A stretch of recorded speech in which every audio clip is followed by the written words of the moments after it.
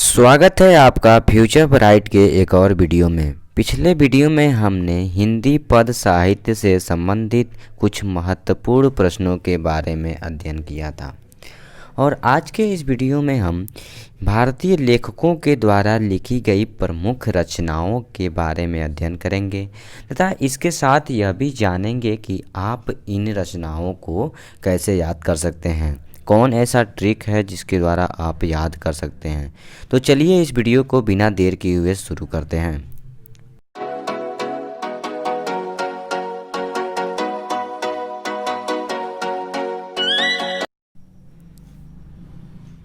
UP board class 10th लेखकों की रचनाएं याद करने की ट्रिक। आज के हमारे पहले लेखक हैं हजारी प्रसाद द्विवेदी, जिनकी जो प्रमुख रचनाएं हैं जो हर साल पूछे जाते हैं उन रचनाओं में अशोक के फूल, कुटज और बाणभट्ट की आत्मकथा।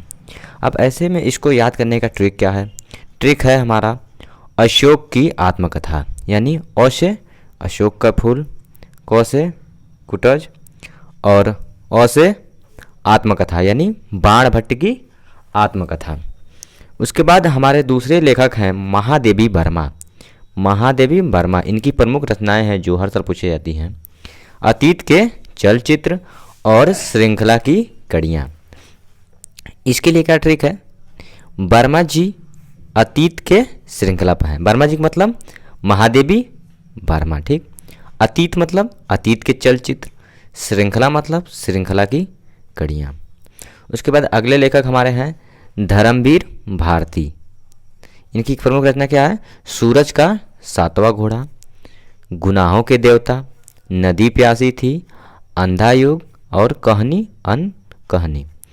तो ऐसे में इसको याद करने का ट्रिक है, देखिए सूरज देवता यानी जो हमारे सूरज भगवान हिंदू धर्म में होते हैं, यानी सूरज देवता की कहानी अंधेरे में नहीं कहनी चाहिए। यानी कोई दादी माँ हैं जो बोलती हैं कि सूरज देवता की जो कहानी है वह अंधेरे में छोटे लड़कों के नहीं कहनी चाहिए। तो इसके लिए क्या ट्रिक है? देखिए सूरज का मतलब क्या होगा? सूरज का सातवां घोड़ा। उसके बाद देवता मतलब गुनाहों के देवता। उसके बाद अंधेरे मतलब अंधा युग, और नहीं मतलब नदी प्यासी थी, और कहानी मतलब कहानी अनकहानी। यानी आप एक सेंटेंस में याद कर सकते हैं आसानी से, सूरज देवता की कहानी अंधेरे में नहीं कहनी चाहिए। उसके बाद चौथे लेखक हैं आचार्य रामचंद्र शुक्ल, जिनकी प्रमुख रचना क्या है? चिंतामणि, रसमीमांसा, विचार भी थी, हिंदी साहित्य के इतिहास। और इसको याद करने का ट्रिक क्या है? चिंता रस हिंदी साहित्य का विचार है। क्या? चिंता रस हिंदी साहित्य का विचार है। चिंता से क्या होगा? चिंतामणि, रस से रसमीमांसा, और हिंदी साहित्य के इतिहास यानी हिंदी के इतिहास का मतलब हिंदी साहित्य का इतिहास, और बी से विचार भी थी, बी से विचार भी थी। उसके बाद अगले लेखक हमारे हैं जयशंकर प्रसाद। जयशंकर प्रसाद की प्रमुख रचना क्या है? एक घूट, इंद्रजाल, अजातशत्रु, तितली, कंकाल, आकाशदीप, पुरस्कार, चंद्रगुप्त, स्कंदगुप्त, ध्रुव स्वामिनी और जन्मेजय का नागयज्ञ। अब इसको याद करने के, देखिए रचनाएं बहुत बड़ी हैं, इसको याद करने का मैंने एक सेंटेंस बनाया है जिसके द्वारा आप याद कर सकते हैं। वो सेंटेंस है एक ध्रुव पर इंद्र भगवान यानी इंद्र के जो शत्रु है वह तिकाल व नाग है, ठीक। तो एक मतलब एक घूंट, ध्रुव मतलब ध्रुव स्वामिनी, ठीक। उसके बाद पर मतलब पर से यहाँ पर कुछ नहीं है, इंद्र मतलब इंद्रजाल। उसके बाद शत्रु मतलब अजातशत्रु, ती मतलब तितली, और के से यानी कंकाल, काल मतलब कंकाल। उसके बाद नाग मतलब जन्मेजय का नागयज्ञ। और इसके बाद भी जो दो तीन रचनाएं छूट जा रही हैं उसके लिए क्या ट्रिक है? गुप्त यानी चंद्रगुप्त और स्कंदगुप्त। इसमें मैंने नहीं लिखा है लेकिन इनकी और भी नाटक है, यह नाटक विधा की रचना है चंद्रगुप्त, स्कंदगुप्त। और आ से गुप्त आस्कर यानी आस्कर अवार्ड जो मिलता है फिल्मों में, उसको क्या इसमें मैंने ट्रिक बनाया है? गुप्त आस्कर यानी आ से आकाशदीप, आस्कर से पुरस्कार, ठीक। आप इसे याद कर सकते हैं। क्या ट्रिक है? एक ध्रुव पर इंद्र के शत्रु त्रिकाल व नाग हैं, और दूसरा गुप्त आस्कर। यानी चार रचनाओं को याद करने का जबरदस्त ट्रिक है। गुप्त मतलब चंद्रगुप्त और स्कंदगुप्त, आ से आकाशदीप, आस्कर मतलब पुरस्कार, ठीक। हम बढ़ते हैं अगले लेखक की तरफ। अगले लेखक हैं हमारे हरिवंश राय बच्चन। हरिवंश राय बच्चन, इनकी रचना क्या है? वैसे इनकी रचनाएं तो बहुत हैं, लेकिन प्रमुख रचनाएं हैं नीड़ का निर्माण फिर और क्या भूलू क्या याद करूं। क्या भूलू क्या याद करूं, यह एक आत्मकथा है। ठीक, यह आत्मकथा है जो बहुत मोस्ट इंपॉर्टेंट है, यह पूछा जाता है। तो इसको याद करने का ट्रिक है, जो बच्चन साहब हैं वो पैसा तो बहुत कमाए, उसके बाद घर बनवाने जब गए हैं तो क्या हुआ, वो नीड़ का निर्माण करना भूल गए। ठीक, ऐसे आप याद कर सकते हैं। नीड़ मतलब नीड़ का निर्माण फिर, और अब उनको नीड़ का निर्माण फिर करवाना पड़ेगा, यानी नीड़ का निर्माण भूल गए मतलब क्या भूलूं क्या याद करूं, क्या भूलूं क्या याद करूं। उसके बाद अगला हमारे लेखक हैं मुंशी प्रेमचंद।